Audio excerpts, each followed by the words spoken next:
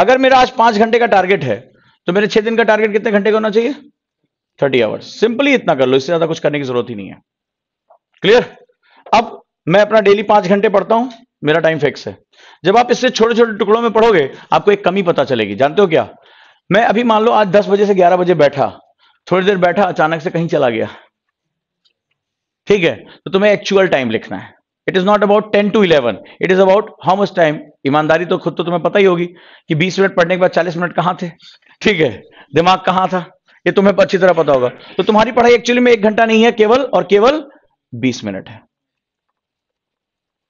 ईमानदारी से लिखो, घबराने की कोई बात नहीं। एक पेज आपको इसके लिए डिवोट करना है, सिर्फ ये कि भाई मुझे पता है मेरे पड़ोसी आगे बोला चल यार एक चाय बना ले, और मैं 20 मिनट के लिए निकल गया।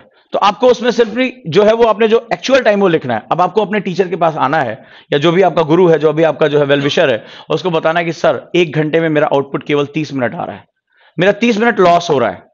Because you can't by time, आप समय खरीद नहीं सकते हो, सिर्फ समय की गुणवत्ता बढ़ा सकते हो। सिर्फ तुम्हारे हाथ में इतना ही है कि जब मैं 1 घंटा बैठा पढ़ने के लिए तो मेरी पढ़ाई कम से कम 1 घंटा होनी चाहिए। वो कौन से फैक्टर्स हैं जो मुझे 30 मिनट पढ़ने से रोक रहे हैं? एक्चुअली में आप पूरे टाइम ये क्वेश्चन नहीं पूछते हो, राइट और रॉन्ग? और वहां पर आपका टीचर वो आपसे बात करेगा कि इस 30 मिनट में क्या दिक्कतें आपके पास आ रही हैं। कोई इमोशनल ऑब्स्ट्रक्शन है, अपने पापा से नहीं कह सकते ना उसके बारे में कि कोई जो है मुझे भावनात्मक एक रुकावट आ रही है, कोई डर है, कोई प्रीवियस जो है बैड एक्सपीरियंस है, कोई मेरा पड़ोसी ऐसा है, या मेरा कोई अपना टेम्पटेशन है कि जैसे ही आता बोले पबजी का एक गेम मार दे, तू अपने कमरे से मैं अपने कमरे से, और बोले क्या यार एक गेम खेलना 30 मिनट में खत्म हो जाएगा, होता है। तो मुझे उन रीजंस को आइडेंटिफाई करना है, यही मुझे खाएंगे आगे चल के। तो मेरे लिए 5 घंटा मतलब 5 घंटा। सो आपको अपने टीचर से बात, लेकिन तुम्हें पता तो हो मेरी कमी कितनी है। दूसरा आपको क्या करना है, आपको एक ग्राफ पेपर लेना है और अपना इस वीकली टारगेट को मैनेज करना है। जैसे मान लो आज 4 घंटे पढ़े तो आप उसमें 4 घंटे मैनेज कर दो, 3 घंटे पढ़े मैनेज कर दो, और वीकली टू वीकली आप इसमें जो है वो एक स्लॉट बनाओ और वीकली टू वीकली इसको रखते जाओ, मैं कितने घंटे पढ़ा, और अपने आप को ऑब्जर्व करो। सिर्फ इतना ही करना है, ठीक? डेली मुझे अटेंड हुआ या नहीं हुआ, वीकली मेरा अटेंड हुआ कि नहीं हुआ। फिर अगले हफ्ते का टारगेट बनाओ। अगर अगले हफ्ते मान लो मेरा जो है वो 30 घंटे पढ़ने का टारगेट था और मैं 30 घंटे अचीव कर ले गया, देन मैं क्या करूंगा, 30 मिनट या 40 मिनट अपना टारगेट ऊपर कर दूंगा। अगर नहीं कर पाया, कई बार हम लोग बाजार में आकर आंसर राइटिंग एक साथ बोल देते हैं, ठीक है? आंसर राइटिंग 2 शब्दों से मिलकर बना हुआ है, एक आंसर है, दूसरा राइटिंग है। मेरे लिए आंसर उतना इंपॉर्टेंट नहीं जितना इंपॉर्टेंट राइटिंग है। कितने लोगों को डेली लिखने की आदत है, डायरी, चिट्ठियां, XYZ, कुछ भी नहीं लिखता है। So if you are unable to write your own feeling, how can you write about China, Pakistan, America, social issues, women's feeling? ये सब कब लिखोगे? कभी नहीं लिख पाओगे। कभी तुम लोगों ने आंसर राइटिंग ट्राई किया है? अभी किस लोगों ने हाथ उठाया था? ट्राई किया है? पहला क्वेश्चन जानते हो क्या आता है? कहां से शुरू करें? सच बताना, क्या लिखें? परिचय पहले लिखें, प्रस्तावना पहले लिखें, या कोई मूल मुद्दे पे सीधे भारी भरकम कोई बात लिख दें? यही हुआ है, because it is a lack of practice. आपको मैं सिंपली, जो बिगिनर्स हैं उनके लिए मैं एक सिंपल सा 2 महीने का मैं टारगेट दे रहा हूं, सिर्फ 2 महीने का टारगेट दे रहा हूं। आपको सिंपली आंसर राइटिंग को डेवलप करने के लिए 5 स्टेप फॉलो करने पड़ेंगे। एक सीधा सा फंडा उठाओ, मेरे लिए कहने पर 2 महीने तक सिर्फ अपनी एक पर्सनल डायरी बना लो जो कोई और ना पढ़ सके। उस पर्सनल डायरी में सिर्फ 2 पेज पर डे, सोने से पहले आपको सिर्फ अपने दिन भर में आपने क्या किया, क्या निगेटिव क्या पॉजिटिव फीलिंग है, सिर्फ इतना लिखो। कोई भी साहित्यिक लैंग्वेज इसमें मत लिखना, कुछ भी लिखो। आज मेरी पड़ोसन से झगड़ा हो गया, आज क्लास में उसने मुझे ये बोल दिया, आज मेरी उसने जो है कॉपी छीन ली, ठीक है, मुझे बहुत बुरा लगा, मेरे टीचर ने मुझे डांट दिया, वो सब कुछ जो तुम फील कर रहे हो, ठीक है। मेरे आज मम्मी ने फोन कर दिया, बोले कितने तुम्हारी तैयारी कैसी चल रही है, सही बात ही नहीं हमारी समझ में आ रहा था क्या बोले, पता नहीं ये लोग क्यों इतना दबाव बनाते हैं। और उसमें उन्होंने धीरे धीरे रात में रोते रोते बोल दिया, पापा कह रहे थे कि 1 साल से ज्यादा टाइम नहीं है, ठीक है। तो ये सारी जितनी भी तुम्हारी फीलिंग्स उसको सिर्फ लिखो, सिर्फ 2 पेज, सिर्फ 2 पेज, और आपको सिर्फ 60 दिन ये लिखना है, 60 डेज। इसको हम लोग मोटर कॉर्टेक्स बोलते हैं, हमारी साइंस में NLP में इसको मोटर कॉर्टेक्स बोलते हैं।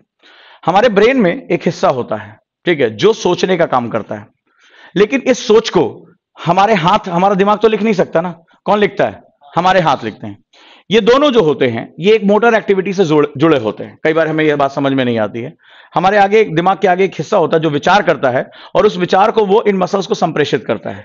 जब ये मसल्स को संप्रेषित होता है तो जिस क्रम में विचार वो पैदा होते हैं, विचार न्यूरॉन के माध्यम से चलते हैं और वो हमारे किसको ट्रांसफर किए जाते हैं, हाथ को ट्रांसफर किए जाते हैं। ये दोनों जो है वो क्या होता है, एक एक्टिविटी के माध्यम से जुड़ते हैं। जितना ज्यादा आप प्रैक्टिस करते हो उतना ही ज्यादा मोटर कॉर्टेक्स मजबूत होती जाती है, न्यूरॉन का अटैचमेंट हमारा मजबूत होता चला जाता है। जितना ज्यादा ये मजबूत होता चला जाता है उतना तेजी से आप सोचने और लिखने के बीच का जो अंतर होता है वो क्या हो जाता है, मिट जाता है। यह बात याद रखिएगा, इसको हम लोग मोटर कॉर्टेक्स डिलीवरी कहते हैं। ठीक है, जैसे छोटे छोटे बच्चों में जब बच्चा पैदा होता है धीरे धीरे क्या होता है, उसकी मोटर एक्टिविटी डॉक्टर ऑब्जर्व करता है कि सही तरीके से, जैसे डॉक्टर क्या करता है, सो उसकी तरफ ऐसे ऐसे चुटकियां बजाता है। कभी छोटा बच्चा नवजात बच्चे को देखोगे तो क्या होता है, अगर वो ऐसे अपना सर्वर हिला रहा है तो इसका मतलब वो कहते हैं कि नहीं, दिमाग का फंक्शन ठीक चल रहा है। अदरवाइज अगर वो बिहेव नहीं कर पा रहा है आवाज के साथ तो फिर चिंता वाली बात हो जाती है। फिर उसके एमआरआई और सीटी स्कैन सब करना शुरू कर देते हैं कि कहीं कुछ लफड़ा तो नहीं है अंदर। ठीक है, तो ऐसी कंडीशन में हमारा जो सबसे इंपॉर्टेंट सेगमेंट होता है वो हमारा होता है कि हमारा दिमाग किस क्रम में सोच रहा है और हमारा हाथ किस क्रम में उसको डिलीवर कर रहा है। तो अपने सबसे पहले एक काम करो, कोई अब जब आप आंसर राइटिंग की बात आते हो, जैसे कई हमारे स्टूडेंट हैं जुड़ते हैं, तो जब मैं आंसर राइटिंग एक वर्ड भारी भरकम इस्तेमाल कर दूंगा, नहीं यूपीएससी के लिए आए हो, थोड़ा मुंह जो है गंदा सा बना के रहा करो। ठीक है, इसी तरह की बात होती है ना, गंभीर रहा करो। बत्रा सिनेमा पे चले जाना, वहां बहुत ढेर सारे ज्ञानी लोग रहते हैं, बहुत ही ज्यादा ज्ञानी लोग हैं, अथाह ज्ञान का सागर है। गलती से भी उनको छेड़ दिया तो घंटा 2 घंटा तो वो ज्ञान की गंगा बहा ही देंगे, और उनके ज्ञान पर मुझे कोई डाउट नहीं है। पर सवाल यह है कि तुमसे बोलने के लिए नहीं कहा गया है, ना तुम्हारी ऑडियो टेप जाएगी, तुमसे लिखने के लिए कहा गया है। और उन्हीं जैसे ज्ञानियों से मेरी बहुत अक्सर मुलाकात होती रहती है। ठीक है, उनको जब मैं बिठा देता हूं, मैंने कहा इस टॉपिक पे जरा 4 लाइनें लिख दो, तो ऐसे पेन लेके बैठते बड़े एटीट्यूड के साथ, मुंह बनाते से पता नहीं क्या लिखेंगे, और सर समझ नहीं आ रहा है इसको 4 लाइन में क्या लिखूं, ऐसे ऐसे पेन हिलाते रहेंगे। सर बहुत विचार उमड़ रहे हैं। अरे क्या अचार डालूंगा तुम्हारे विचारों का? आपके लिए विचार उमड़ना नहीं, आपको 7 मिनट के अंदर पढ़कर उसको क्या करना है, एग्जीक्यूट कर देना है। यही रीजन है कि यूपीएससी में जो 50% ऐसे व्यक्ति जो है सेलेक्ट होकर जाते हैं जो जिंदगी में फर्स्ट डिवीजन नहीं आए होते हैं। ये एग्जाम ब्रिलियंट लोगों का एग्जाम नहीं है, एग्जाम बहुत कॉमन लोगों का एग्जाम है।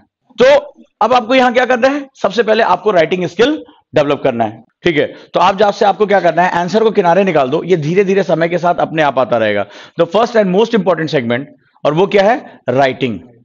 तो आज से आप एक डायरी बनाएंगे और उस डायरी में आप क्या करेंगे, सिर्फ 2 पेज, मेरे कहने पे अगर आप एक्चुअली में तैयारी करना चाहते हो, सिर्फ 2 पेज राइटिंग की आदत डालो। 2 पेज लिखना आसान नहीं होता है, आप चाहो तो मुझे मैसेज करके बता सकते हो कि 2 पेज में तुमसे तुम्हारी फीलिंग लिखने के लिए कह रहा हूं, तुम्हारा टाइम लग रहा है कि तुम अपने माता पिता के बारे में, अपने बारे में, अपने दिन के बारे में, अपने टीचर के बारे में क्या सोचते हो, केवल तुम यही लिखने की आदत डालो। सिर्फ 2 महीने आपको राइटिंग करनी है, जो इमोशंस मेरे दिमाग में है मुझे उसको पेज पर लेकर आना है। फिर देखिए आपके लिए कितना बड़ा चैलेंज होता है, आपकी अपनी जिंदगी से ही मैं आपसे बात कर रहा हूं लिखने के लिए। और जब ये हैबिट हो जाए तो सिंपली आप एक काम किया करिए, कभी भी रहिए, आप अपने आंसर को कभी भी फ्रेम मत करिए। दूसरी सबसे बड़ी समस्या आती है, सर क्या मैं आंसर लिख रहा हूं, मेरा प्रसंग अच्छा है, मेरी व्याख्या अच्छी है, यही लिख बोलते हो ना, खत्म कर दो इसको। ये कभी भी आपको अच्छा आंसर लिखने नहीं देगा। आपको जो अगला स्टेज 2 है वो आपका, वो ऐसे लिखो। स्टेज 2 में कोई भी, चाहे अमेरिका के बारे में बात कर रहा हूं, यूएस के बारे में बात कर रहा हूं, जैसे इस बच्ची ने किया, ला दो, ये मेरी क्लास की स्टूडेंट है और इसने फ्लो चार्ट बनाया। ठीक है, आपको करना क्या है, ये मैंने इन लोगों को बोल रखा है कि अगले 2 महीने, इस स्टेज के बाद के 2 महीने आपको आंसर जो है वो न व्याख्या में, न प्रसंग में और न उपसंहार में लिखना ही नहीं है। ठीक है, लिखना ही नहीं है, आपको उसको या तो फ्लो चार्ट में या उसको पॉइंट्स में लेकर आना है। इसकी बहुत बड़ी खास बात होती है, क्योंकि जब हम प्रसंग और व्याख्या लिखते हैं तो हमें अपने लिए वर्ब, एडजेक्टिव और बाकी सारे जो ग्रामर की आवश्यकता पड़ती है, विश्लेषण और इन सब की आवश्यकता पड़ती है।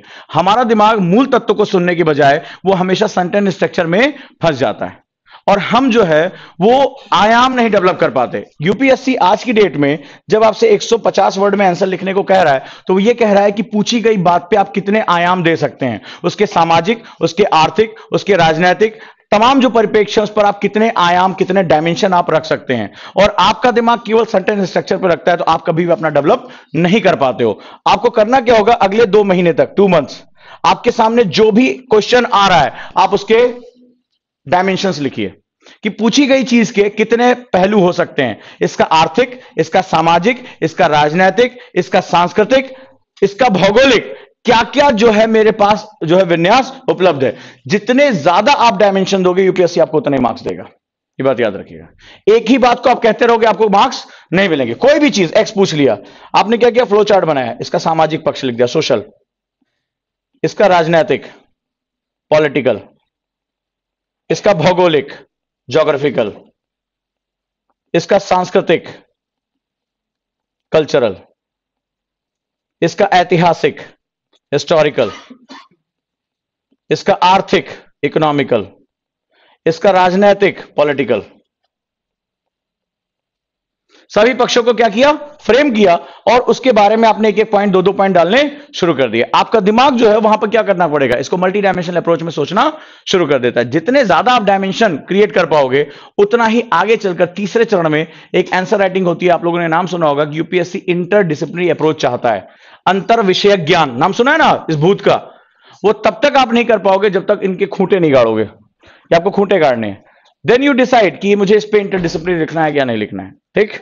तो दूसरे चरण में आपको क्या करना है इस पर। अब इसके बाद जब इसमें मैच्योरिटी आ जाए देन गो फॉर, आप अपने आंसर राइटिंग के लिए जाओगे, लेकिन 4 महीना आपको यही काम करना है।